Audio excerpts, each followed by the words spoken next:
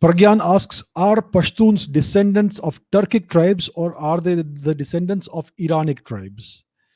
And Dhruvik asks, there are many similarities between the Pashtun Attan dance and the traditional Gujarati Garba. Is there any connection? So, to answer the first question, the Pashtuns are neither the descendants of Turks nor are they the descendants of Iranic tribes. The Pashtuns are an extension of the North Indian population. Their genetics are the same, their culture used to be the same. The Pashto language is more Indian than Iranian.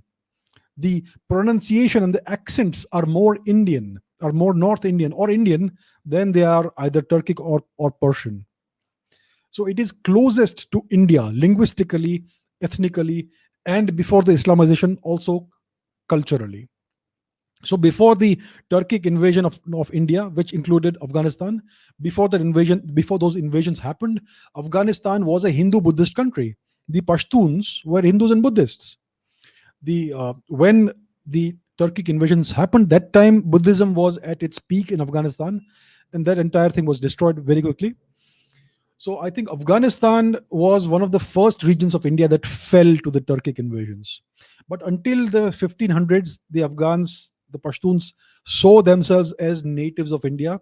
They fought with the Indians to resist the Turkic invasions under Akbar and Babur, etc. Right? And the last Hindu Indian king in India, he was basically the king of Kabul, but he was coronated in Delhi. He was Hemchandra Vikramaditya, Hemu, and his army was more than 90% Pashtun.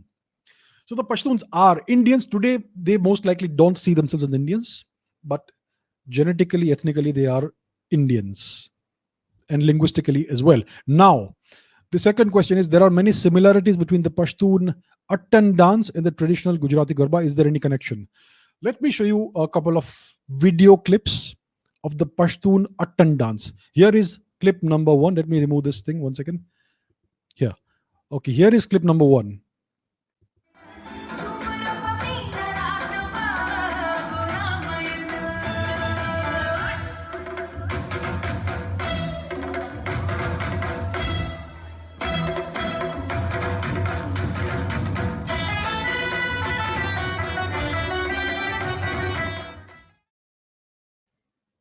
So that is a bunch of Afghan ladies, Pashtun ladies, dancing the national dance, the Attan dance. As you can see, the music, the beats are very much Indian, right? If you see the dresses, it's almost the same as an Indian dress. It's very similar to the dresses that ladies would wear in Kashmir or in Rajasthan or in Gujarat or in many other parts of India.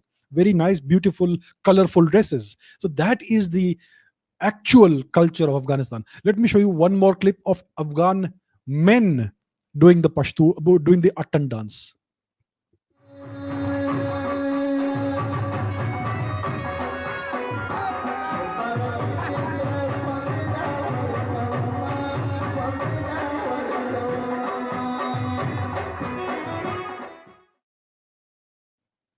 So once again, you see that the music is very similar to the music that you have in the Gujarati, what do you call it? The Garba dance or the Dandiya dance, right? So it is very clear that the Pashtun culture, the Afghan culture, is very closely related to the culture 1,000 kilometers to the south in Gujarat. The dance is almost the same. The music is almost the same. And the dresses, at least the ladies, they are also very similar. Now, it's clear that the Pashtuns, they are an extension of the Indian population. They have still somehow tried to hang on to some remnants of their original culture, and it's visible in the Attan dance. Now, the strange thing is that the Gujarati Garba dance or the Dandiya dance, it is what remains of an ancient Rajput martial art. Let me demonstrate this to you with a very short clip.